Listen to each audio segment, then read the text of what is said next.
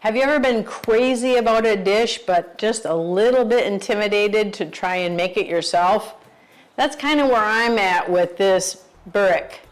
This is Eastern European stuffed pie. We first came across it when we landed in Sarajevo, Bosnia and Herzegovina. And from the moment I tried it, I fell in love. It is just wonderful.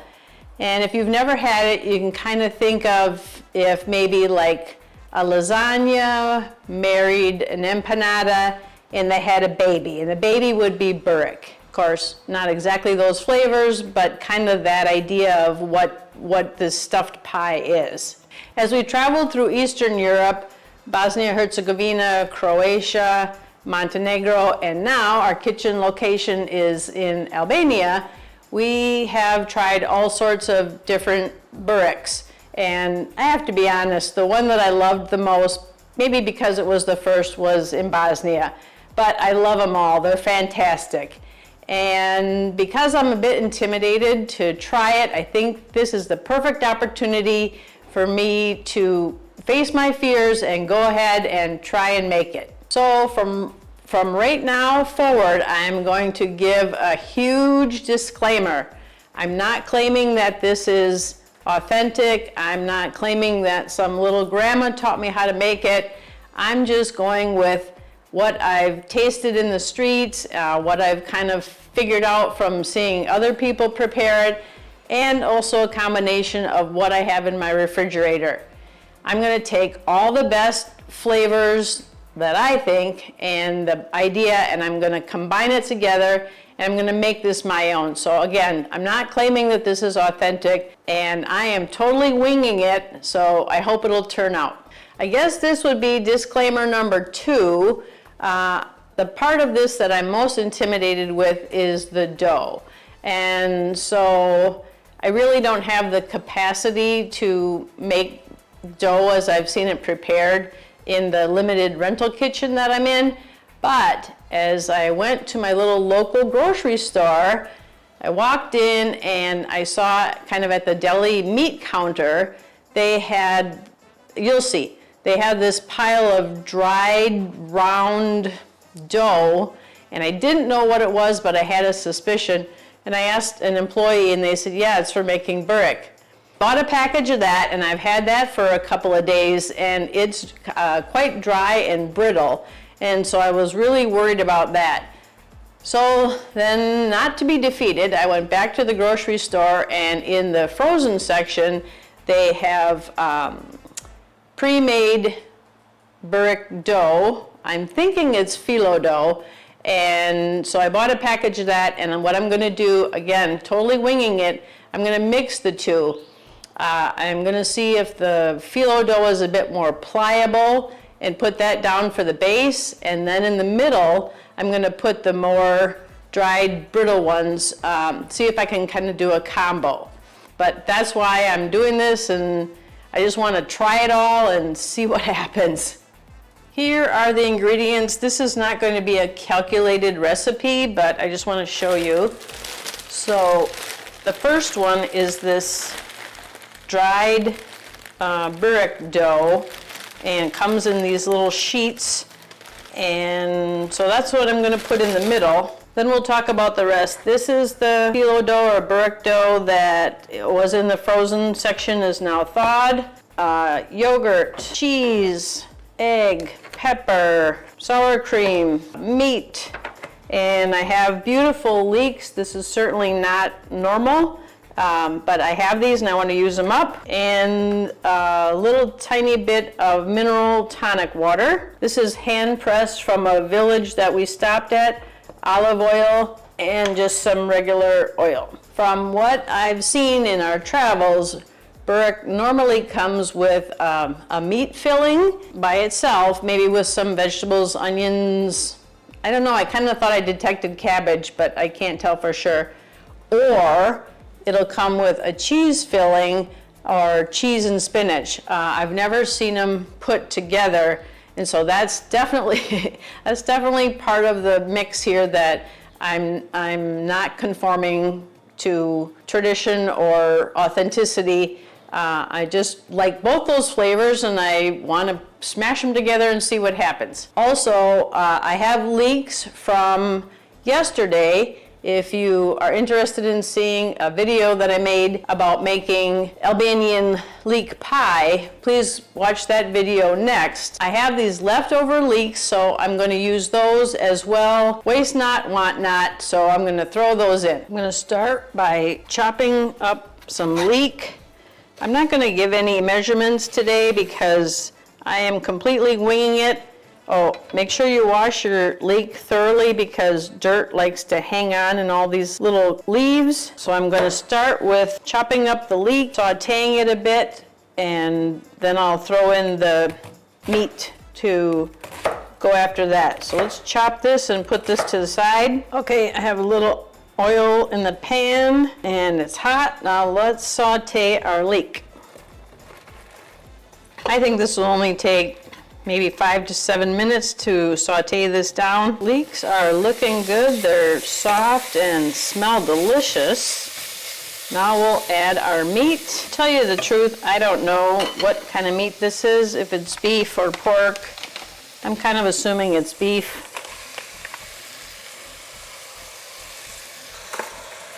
We'll brown this up with the leek.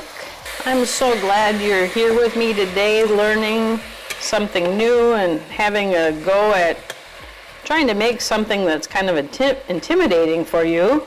Well, at least it is for me. If this is a little wet, we don't mind because the dough is dehydrated. We'll need a little moisture anyway, so that's not bothering me. To this, I'm going to be adding some salt and pepper.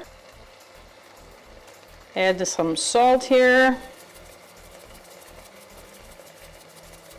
Continue to brown this up, and that will be filling number 1 once this gets browned, and then we'll start on filling number 2 with the cheese. We'll cook this until browned and then set it aside. The fun thing with experimenting like this is you don't quite know how it's going to turn out. I don't know if this is going to be an overabundance of filling, too much, too little. But then we have an opportunity to learn, and if we have too much, then we have a great excuse to make another one. Okay, let's prepare the cheese filling. I had some cheese left over, so I'm going to start with that, and then I'll be adding this block of cheese. Let's crumble up this block of cheese and go on to the other ingredients. Next, I'm going to add an egg. Oh, that was the messy way of doing it. Then I'll be adding some sour cream.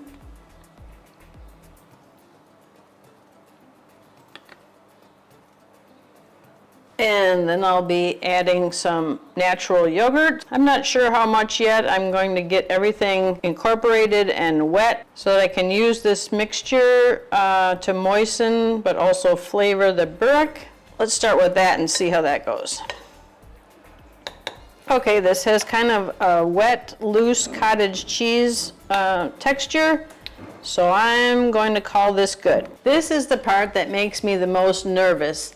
This is the dough from the freezer section, wrapped in plastic, so I will unwrap that, and I think this will be pliable enough to put in our pan without breaking too much. And this is the dough that's completely dehydrated. And I don't know if you can see it, it wants to be kind of crumbly.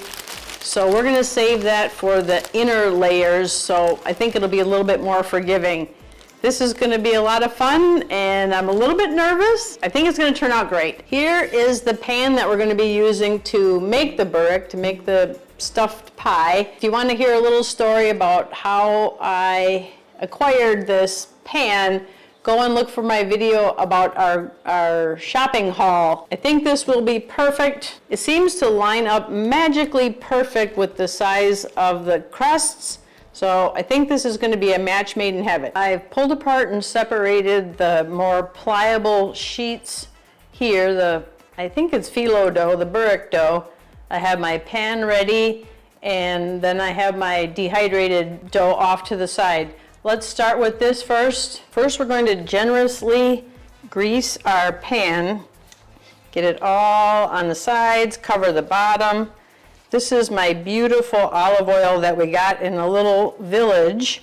when we were taking a field trip. This is homemade, home-pressed olive oil from the vendors in this little mountain village. It was awesome. In order to rehydrate all the dough, we'll be making a mixture of water and oil. We'll be brushing all the sheets of the dough. So there I have, let's call it 1 part water. To that I will add a half to a third more, a third to a half a cup. And this is what I'll be using to brush the dough sheets with to hydrate them. I think the commercial dough is going to give me the best chance at having a good base. So I'm going to put that in for the bottom. I'm going to put 3 sheets in the bottom, giving this a nice strong base. Now that I have this in, we're going to water, kind of hydrate and grease each sheet, dipping it in my water and oil mixture. So we'll get this hydrated and greased up. We'll just let this be on the side for a minute. Okay, now we're going to try and cross hatch a second sheet to get it over on the sides where we don't have any. And if this is not perfect, we don't worry about it because it's all going to come together when we bake it. We're just getting a nice base to hold our filling at this time. And now we will hydrate and oil this crust as well. We'll do one more on the bottom and working up the side over here that doesn't have much. So this will hold our beautiful fillings in. And all these little wrinkles, they are no problem at all. In fact, it's part of the beauty of it. And now we will, of course, continue to hydrate and oil this layer. Let's have our first filling layer be the meat. So we'll put some meat down here, meat and leek. As I said, I don't mind if the mixture is a little moist because we might need that to hydrate the dough a bit. Get this kind of evenly dispersed, and now we'll go on for the dry dough. Okay, here's the homemade dehydrated dough.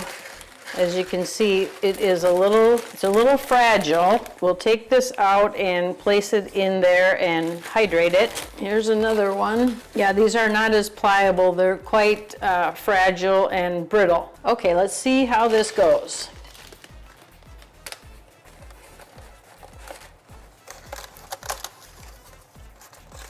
I'm just going to fit these in, and I'm going to decide that it's going to turn out just fine.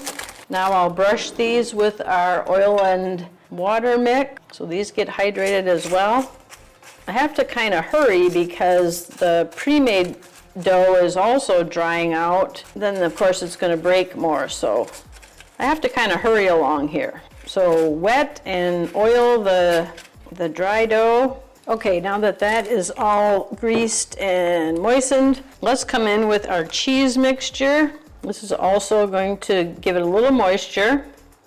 All right, after the cheese mixture, I'm going to come in with another dry crust. And all these beautiful wrinkles are going to turn out just perfectly after we bake it. And again, of course, with the hydrating and the greasing, we'll get these all slathered up and go on to another layer. My edging is looking a little dry, so I'm going to oh yeah, they're getting crumbly already. That's okay, it's going to be beautiful. I'm going to fold these guys in and moisten and oil them, and we'll keep going with our layers. Again, with the hydrating and the oiling, cover everything. Okay, for this layer, I'm going to go rogue. This is not traditional.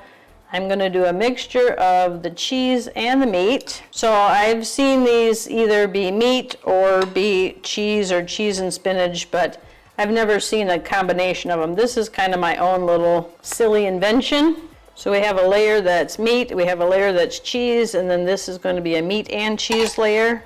I'll be a little more generous with my cheese. Next I'll put in a dehydrated crust, and then we'll finish up with the pliable crusts. Get this greased up and we'll come back with factory made crust. The same with all the other ones. We'll get this one greased up and hydrated. I have the oven preheating to 350 Fahrenheit, about 180 Celsius. I'm gonna try and end this show with the commercial dough. So we'll kind of overhang so we can fold this nicely back onto itself. Again, don't worry about this breaking. All these beautiful wrinkles are going to be just perfect. You may have guessed we're going to moisten and grease this. Okay, let's use our last crust to overlap this side. Let's fold our edges down. We'll make these beautiful wrinkles. And I bet you're gonna guess the next step. Moisten and grease all these edges. And here's a little trick that I saw. We're going to just put a little bit of mineral tonic water on the top. Maybe the carbonation will give it a little lift. I think that's plenty. Then we're going to pierce this in various locations so the moisture can penetrate the pie. Here we go. We're putting our beautiful, well, hopefully it'll be beautiful, our burek into 350 or 350 Fahrenheit, 180 Celsius oven for 20 to 25 minutes, and then we'll check on it. Burek has been in about 40 or 45 minutes. Let's take a look. Looks good, nice golden crust. Okay, we're done with the phase one of the baking. It looks loose, it doesn't seem stuck to the side, which is good because now comes the scary, intimidating part where we're gonna have to flip this completely over and bake it again. I don't have a cutting board that'll do the job. We're in rental kitchens and we just work with what we have. We're gonna try to do the flipperoo on here.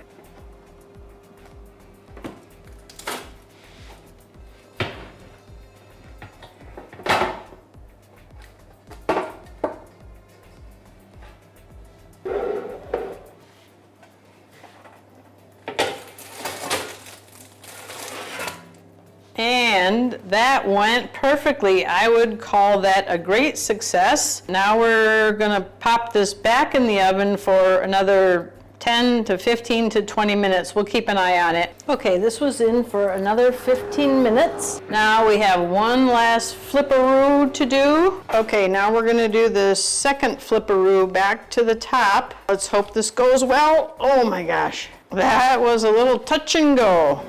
Wow, I'm so happy. Well, so far visually, I'm very, very happy with this. Let's see if we get a nice crunch. Oh, better than I could have ever asked for. In Bosnia, they would serve us such huge portions.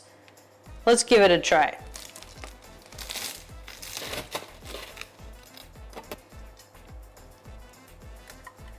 Crust looks flaky. What we all want to know is, how does it taste? Going into this, I was quite intimidated about if I could pull this off or not. Let me know in the comments what dish you've been intimidated to try, and if you conquered it, and how did it turn out?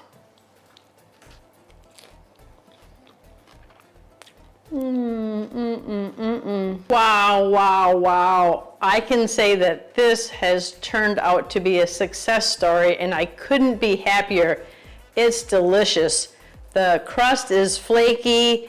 The non-conventional fillings that I put together with both the meat and the feta, I really, really like them together. I'm so glad we have extra dough and a little extra filling, because I'm seeing another burek in our future. Thank you, friend, for coming on this adventure with me today. I'm so happy that you were here. If you enjoyed this video, please give us a like, subscribe to our channel, and I can't wait to see you on the next one.